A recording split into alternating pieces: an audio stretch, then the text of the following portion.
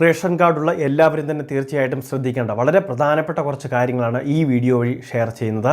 നമുക്കെല്ലാവരുടെയും വീടുകളിൽ BPL അല്ലെങ്കിൽ AY അതല്ലെങ്കിൽ APL വിഭാഗത്തിലോ റേഷൻ കാർഡ് ഉണ്ടാകും. നിലവിൽ റേഷൻ കാർഡ് വിവിധ പദ്ധതികളിലേക്ക് അപേക്ഷ വയ്ക്കുമ്പോൾ ഒരു പ്രധാന രേഖ കൂടിയാണ്. അതോടൊപ്പം തന്നെ വ്യക്തിഗതമായിട്ട് വിവിധ സ്കീമുകളിലേക്ക് അപേക്ഷ വയ്ക്കുമ്പോഴെല്ലാം റേഷൻ കാർഡുകൾ നമ്മൾ ഹാജരാക്കാറുണ്ട്. എന്നാൽ ഇതൊന്നും കൂടാതെ എല്ലാ റേഷൻ കാർഡുകൾക്കും അത് അതിൻ്റെ മുൻഗണനാ ക്രമവും മുൻഗണനേതര ക്രമവും അടിസ്ഥാനമാക്കി ഓരോ മാസങ്ങളിലും റേഷൻ കടകൾ വഴി വിവിധ ആനുകൂല്യങ്ങൾ വിതരണം ചെയ്യുന്നുണ്ട്. എന്നാൽ സെപ്റ്റംബർ മാസത്തെ വിതരണത്തിൽ അല്പം മാറ്റമുണ്ട്.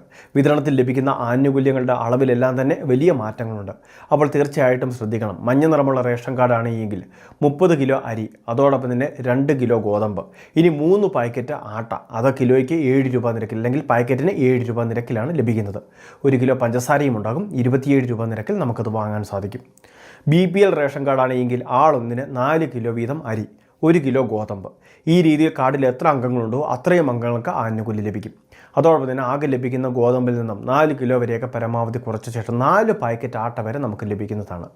ഓരോ പാക്കറ്റിനും 9 രൂപ മാത്രം നമ്മൾ കൊടുത്താൽ മതിയാകും. ഇത്തരത്തിലുള്ള റേഷൻ കാർഡുകൾക്ക് പഞ്ചസാര പോലുള്ള ആനുകൂല്യങ്ങളില്ല. കഴിഞ്ഞ മാസം ഈ കാർഡിന് സ്പെഷ്യൽ അരിയായിട്ട് 5 കിലോയോളം അരി ഉണ്ടായിരുന്നു. ഈ മാസം അത്തരം ആനുകൂല്യങ്ങളും ലഭിക്കുന്നതല്ല. ഇനി APL വിഭാഗത്തിലെ റേഷൻ കാർഡുകൾ എടുക്കാം. മുൻഗണനേതര വിഭാഗങ്ങളിൽ ഉൾപ്പെടുന്ന APL നീല വിഭാഗത്തിലെ റേഷൻ കാർഡുകൾക്ക് ആളൊന്നിന് 2 കിലോ വീതം ഭക്ഷ്യധാന്യമാണ് ലഭിക്കുന്നത്. കിലോയ്ക്ക് 2 രൂപ നിരക്കിലാണ് 1 കിലോ അരി ലഭിക്കുക. ഇങ്ങനെ കാർഡിൽ എത്ര അംഗങ്ങളുണ്ടോ അത്രയും അംഗങ്ങൾക്കും ഒരാൾക്ക് 2 കിലോ എന്ന തോതിൽ നമുക്ക് ആനുകൂല്യം ലഭിക്കുന്നതാണ്. സ്പെഷ്യൽ അരി ഒന്നും തന്നെ ഈ മാസം പ്രഖ്യാപിച്ചിട്ടില്ല. ഇനി വെള്ള റേഷൻ കാർഡുകളാണെങ്കിൽ ആകെ ലഭിക്കുന്നത് അവർക്ക് 2 കിലോ അരി മാത്രമാണ് 10 രൂപ 90 പൈസ നിരക്കിൽ. ബ്രൗൺ നിറമുള്ള റേഷൻ കാർഡുകൾക്കും 10 രൂപ 90 പൈസ നിരക്കിൽ 2 കിലോ അരിയാണ് ലഭിക്കുക. കൂടുതൽ ആനുകൂല്യങ്ങളോ അല്ലെങ്കിൽ സ്പെഷ്യൽ അരി ഒന്നും തന്നെ റേഷൻ കാർഡുകൾക്ക് പ്രഖ്യാപിച്ചിട്ടില്ല. കഴിഞ്ഞ മാസം തന്നെ നമ്മൾ ഈ കാര്യം കൃത്യമായിട്ട് പറയുകയും ചെയ്തിരുന്നു. ഓണക്കാലത്ത് കൂടുതൽ ആനുകൂല്യങ്ങൾ വിതരണം ചെയ്യും. ഒരുപക്ഷെ പിന്നീട് നമുക്ക് തുടർന്ന് അങ്ങോട്ട് ആനുകൂല്യങ്ങൾ ഇത്രയധികം ഒന്നും ലഭിക്കുന്ന ഒരു സാഹചര്യം പോലും ഉണ്ടാവില്ല.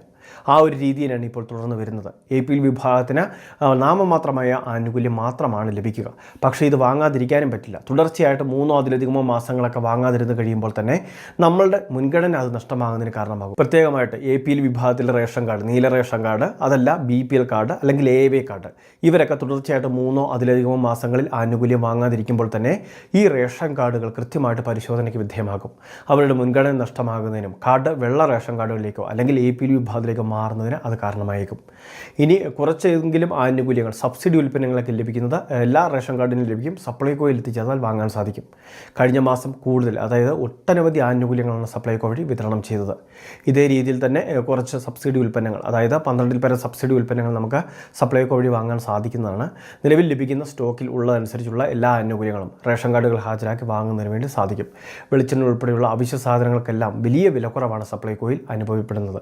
അതുകൊണ്ട് തന്നെ കാർഡ് ഉടമകൾ ഈ രീതിയിൽ കൂടി ആനുകൂല്യങ്ങൾ വാങ്ങുന്നതിന് വേണ്ടി ശ്രദ്ധിക്കേണ്ടതാണ്. ഇനി അതോടൊപ്പം തന്നെ റേഷൻ കാർഡുകളുടെ മണ്ണെണ്ണ വിതരണം ത്രൈമാസം 3 മാസം കൂടുമ്പോഴാണ് വിതരണം നടക്കുന്നത്. അതിപ്പോൾ അവസാനിക്കാറായിട്ടുണ്ട്. സെപ്റ്റംബർ മാസം വരെയാണ് ഇപ്പോൾ മണ്ണെണ്ണ വാങ്ങാനുള്ള അവസരമുള്ളത്.